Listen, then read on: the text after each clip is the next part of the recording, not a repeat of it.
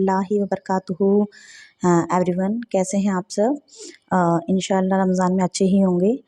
तो आज मैं छोटा सा एक्सपीरियंस और शेयर करना चाहती हूँ आप लोगों के साथ कि देखिए, हमारे रोज़े कब कबूल होते हैं। हमारे रोज़े तब कबूल होते हैं जब हमने मान लीजिए हमने रोज़े रख लिए और एक रोज़ा रखने के बाद अगर हमारी और दूसरा रोज़ा रखने की भी चाहत अगर होती है, तो आप समझ लीजिए कि हमारा जो पहला रोज़ा था वो अल्लाह ने कबूल कर लिया है।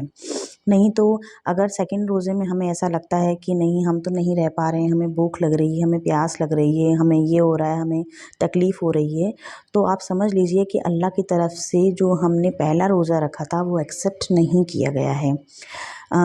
ये इसलिए होता है कि ये चीज़ मैंने एक्सपीरियंस से मैं ये बात कह रही हूँ कि पहला, दूसरा, तीसरा कंटिन्यूअसली रोज़ा रखने के बाद अगर हमें नेक्स्ट रोज़ा रखने की चाहत अगर होती है, हमें ईगरनेस होती है इस चीज़ की, तो इसका मतलब ये है कि हमें हमारे अल्लाह को हमारा रोज़ा रखने की जो नीयत है वो पसंद आ गई है।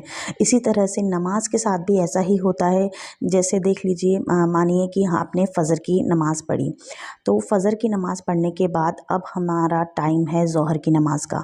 तो ज़ोहर की नमाज़ के लिए अगर हम टाइम से खड़े हो जाते हैं, हमने ज़ोहर की नमाज़ पढ़नी है, तो इसका मतलब ये है कि अल्लाह ने हमारी फ़जर की जो नमाज़ है उसे कबूल कर लिया है। वो उन्होंने उसको एक्सेप्ट कर लिया है। तभी हम ज़ोहर की नमाज़ के लिए एक्साइटेड हो जाते हैं, प्रेरित हो जाते हैं और हम नमाज़ पढ़ने के लिए खड़े हो जाते हैं। देखिए, इस एग्ज़ाम्पल से हम समझ सकते हैं कि हमारे घर के सामने से बहुत लोग गुज़रते हैं, तो हम हर एक इंसान को तो अंदर नहीं बुलाते ना। जिसको हम चाहते हैं, जिससे हमें बात करना अच्छा लगता है, जिसके साथ टाइम स्पेंड करना अच्छा लगता है, उसे ही हम अंदर बुलाते हैं, या फिर हमारे रिलेटिव्स को या हमारे ख़ास फ्रेंड्स को।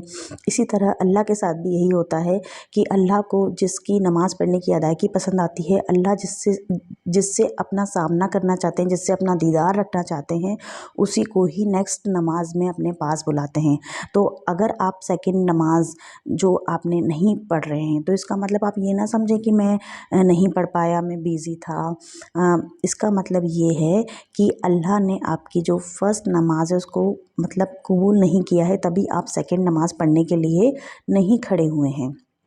अल्लाह आपसे मिलना ही नहीं चाहता है, तभी तो आपको अपने सामने बुलाया ही नहीं। नमाज का मतलब ये होता है कि हम अल्लाह से मिलने जा रहे हैं, अल्लाह के सामने खड़े हो रहे हैं, अल्लाह के सामने बात कर रहे हैं। यही एक बहुत बिग अचीवमेंट होता है नमाज पढ़ने का। इसीलिए फ्रेंड्स, मैं सभी आपसे यही बोलती हूँ कि नमाज में अपना दिल लगाइए और इस तरीके से नमाज़ पढ़िए कि अल्लाह भी हमें चाह कर सेकंड नमाज के लिए, थर्ड नमाज के लिए और भी फॉरवर्ड आगे जितनी भी नमाज़ें हैं उसके लिए हमें प्रेरित करें और हम नमाज़ पढ़ें टाइम से।